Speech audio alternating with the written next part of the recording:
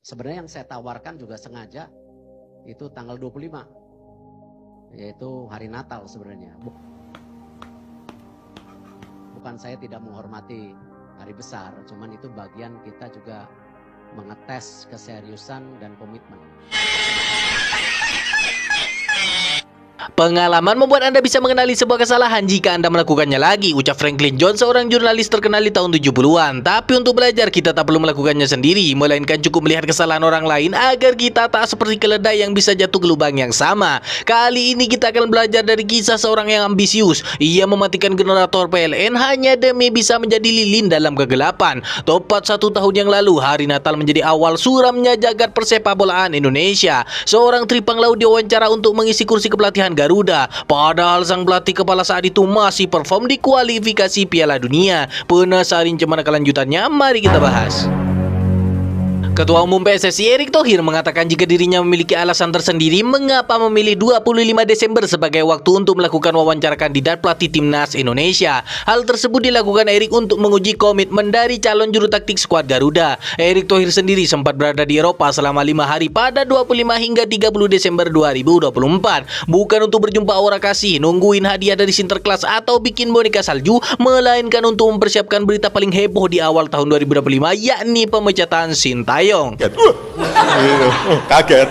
Saya bahkan tawarkan wawancara di tanggal 25 di hari Natal, bukan tidak menghormati hari besar, tetapi untuk mengetes komitmen, ungkap Erick Thohir. Pria yang punya kaki bunsin itu pun mengatakan jika dari 3 pelatih yang masuk catatan, hanya 1 sosok yang datang di tengah perayaan Natal. Erick menyebut jika keseriusan sosok genderuwo tersebut menjadi nilai lebih dalam pencarian pelatih Timnas Indonesia. Dari 3 pelatih, ada 1 yang datang. Itu pun saya lihat poinnya lebih karena walau habis interview, dia pulang lagi ke negaranya. Saya tidak mau makan waktu itu, jadi 2-2,5 jam cukup, ungkap Erick Thohir. Erick pun menyebut jika dirinya melakukan wawancara dengan para kandidat secara langsung. Kesempatan itu yang saya lakukan karena memang dalam interview pelatih itu tidak bisa dilakukan dalam video conference karena tidak dapat chemistry-nya juga. Harus duduk one on one, jelasnya. Bohong. Yang bener. Dan tiba-tiba di awal tahun 2025, Federasi Sepak Bola Indonesia PSSI mengambil langkah serius dengan tak meneruskan kerjasamanya dengan pelatih Sintayong. Hal itu dikatakan langsung Ketua Umum PSSI Erick Thohir dalam konferensi pers di Menara Reksa Jakarta Senin 6 Januari 2025 yang menjadi awal era kegelapan skuad Garuda. Bahkan saking gelapnya, Erick Thohir setiap ditanya soal sepak bola pasti cosplay jadi Menpora. Tentu hal itu memicu perdebatan para pecinta sepak bola nasional. Kayak mana tidak, pelatih yang dipecat kala itu sedang didewakan pecinta timnas dan punya fanbase luar binasa bernama Ternatayu. Bahkan saking banyaknya penggemar opak Korea, Bung Tompel sampai menyebutnya sebagai buzzer. Seperti diketahui, Sintayong awal menjadi pelatih timnas Indonesia sejak 28 Desember 2019. Di bawah naungan Sintayong, skuad Garuda sukses menorehkan prestasi mentereng antara lain runner-up Piala AFF 2020, medali perunggu SEA Games 2021, runner-up Piala AFF U23 2023, fase grup Piala Asia U20 2023, babak 16 besar Piala Asia 2023, peringkat keempat Piala Asia U23 2024, putaran ketiga kualifikasi Piala Dunia 2026 zona Asia dan lolos Piala Asia 2027. Pelatih asal Korea Selatan tersebut juga sukses memperbaiki ranking FIFA Timnas Indonesia. Soal Sintayong awal bergabung, ranking FIFA Indonesia ada di urutan ke-173 hingga mampu melambung menuju 120-an. Berat kali punggung Sintayong dan para pemain naturalisasi gendong dark system AFF, ya kan? Ya Allah, nyesek gua. Tapi dengan pencapaian segemilang itu, bahkan baru saja mencatat sejarah dengan memenangkan laga melawan Arab Saudi, Erick Thohir memutuskan untuk mendepak brand ambasador kopi ABC dan mie goreng bulgogi tersebut. Bahkan hal tersebut dilakukan di tengah-tengah round 3 kualifikasi Piala Dunia, di mana jadi harapan seluruh masyarakat Indonesia bermain di ajang 4 tahunan. Aku sih punya teori sendiri tentang pemecatan tersebut. Hanya saja dari dulu tak berani mengungkapkan hal tersebut karena takut terjadi sesuatu yang tak diinginkan. Tapi semenjak channelku yang lama kena banned, bodoh amat, mau ngomong apa aja terserah muncungku, ya kan?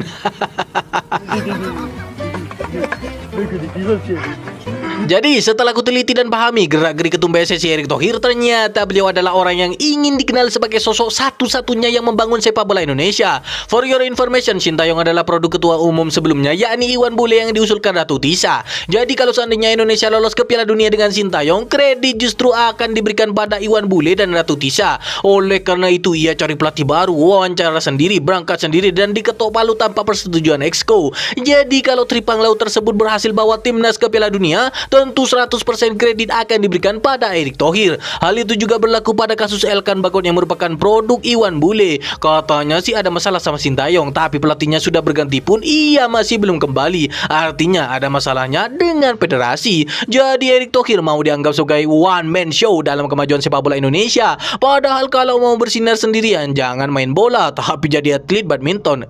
Sekarang itu juga masuk ya kan? Lu so asik bangsat.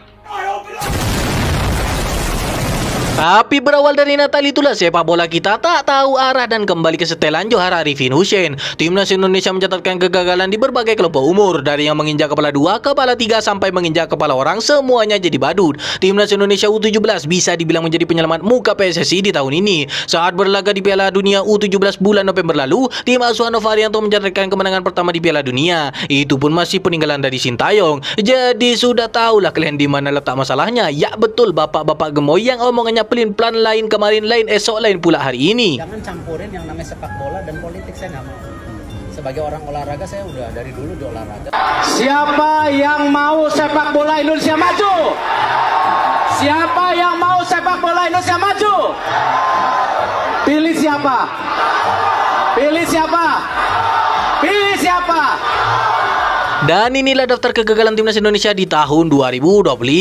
Timnas senior gagal ke Piala Dunia 2026. Skuad Garuda terhenti di babak keempat. Berjuang sejak babak pertama, Indonesia mampu bisa lolos sampai babak ketiga. Pergantian pelatih yang berada di tengah jalan bisa dibilang menjadi penyebabnya. Keputusan PSSI menggantikan Sintayong dengan Patrick Kluivert harus dibayar mahal dengan kegagalan mewujudkan mimpi ke pesta bola sejagat raya.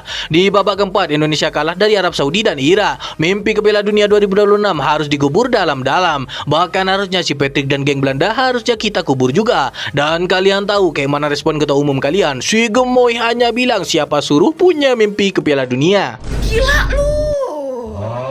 Dan yang kedua adalah Timnas Indonesia U23 gagal lolos ke Piala Asia U23 2026. Satu grup dengan Korea Selatan, Laos, dan Makau, Indonesia finish kedua. Tim yang saat itu dilatih oleh Gerard Vandenberg itu imbang dengan Laos pada laga pertama. Kemenangan didapat Indonesia saat melawan Makau. Indonesia akhirnya harus gigit jari setelah kalah 0-1 dari Korea Selatan di pertandingan penentuan. Sebagai semifinalis edisi sebelumnya, Indonesia gagal lolos ke putaran final turnamen di Arab Saudi tahun depan. Itu mah bukan lagi kegagalan ya kan, tapi lebih kepada ketololan. Dan yang ketiga adalah Timnas Indonesia U22 dan Timnas Putri Indonesia gagal mencapai target di SEA Games 2025. Timnas Putra mengincar perak, Timnas Putri membidik perunggu. Tapi tiba-tiba Timnas Indonesia U22 gagal total dengan tak mampu melaju ke semifinal. Sementara Timnas Putri gagal di perebutan perunggu setelah disikat oleh Thailand 2 gol tanpa balas. Padahal targetnya sudah berubah-ubah. Badan Tim Nasional mau emas, Menpora mau perak. Nyatanya di Thailand cuma terberak-berak. Tapi tenang, kabarnya Menpora mau mengevaluasi Ketua Umum PSSI. Wajarlah manusia, bukan nabi boy. Jadi tahun 2025 ini memang jadi tahun kegelapan bagi Timnas Indonesia dan semua itu dimulai oleh Erick Thohir di hari Natal. Masalahnya saat ini juga kursi kepelatihan Timnas Indonesia sedang kosong dan kabar menunjukkan John Hedman sebagai pelatih baru Timnas Indonesia kian menguat menjelang akhir Desember 2025. Nama pelatih asal Inggris tersebut mencuat setelah PSSI dikabarkan menjadikannya kandidat terkuat pengganti pelatih sebelumnya. Sejumlah media internasional melaporkan bahwa PSSI telah memberikan persetujuan internal terhadap Hedman melalui rapat komite eksekutif. Dalam rapat tersebut, John disebut menjadi pilihan utama untuk menakodai Timnas Indonesia. Padahal sejujurnya aku pun belum dihubungi oleh exco PSSI ataupun Erick Thohir. Kalau nanti aku betul di kontrak PSSI, aku bakal kasih 1 juta rupiah untuk 5 subscriberku yang share video bacotan biawak di grup keluarga dan remaja masjid setempat. Tapi sayangnya bukan aku John yang dimaksud. John Hedman dikenal sebagai pelatih berpengalaman dengan rekam jejak mentereng di level internasional. Ia tercatat sukses membawa timnas Kanada lolos ke Piala Dunia 2022, sebuah pencapaian yang dinilai sejalan dengan target jangka panjang pengembangan sepak bola Indonesia. Meski demikian, hingga kini belum ada pengumuman resmi dari PSSI terkait detail kontrak maupun jadwal pelantikan. Sejumlah laporan menyebut pengumuman resmi kemungkinan dilakukan paling lambat akhir Desember 2025 atau awal Januari 2026. Bukan karena dipilih-pilih berdasarkan pengetahuan, wawasan, dan pengalaman, melainkan hari ini, yakni hari Natal, adalah hari paling menentukan bagi pelatih yang ingin dikontrak PSSI. Jadi jangan heran kalau hari ini John Hedman bukannya merayakan Natal bersama keluarga, melainkan makan sate taichan bareng Erick Thohir.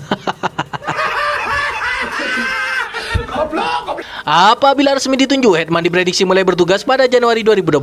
Ia akan langsung dihadapkan pada agenda internasional penting seperti FIFA Matchday pada Maret serta Piala AFF 2026 yang dijadwalkan berlangsung pada Juli. Antusiasme publik sepak bola tanah air pun tinggi. Banyak penggemar berharap kehadiran pelatih berpengalaman seperti Hetman mampu membawa timnas Indonesia tampil lebih kompetitif, baik di level regional maupun internasional. Tapi gampang kalilah untuk menilai pelatih itu bagus atau tidak. Kalau Bung Tompel, Kamal dan Jasjus berisi kali, artinya baguslah untuk Indonesia. Kalau mereka sudah diam membisu, artinya sang pelatih sudah modelan Patrick Kluivert, El Zeus bin Parlente.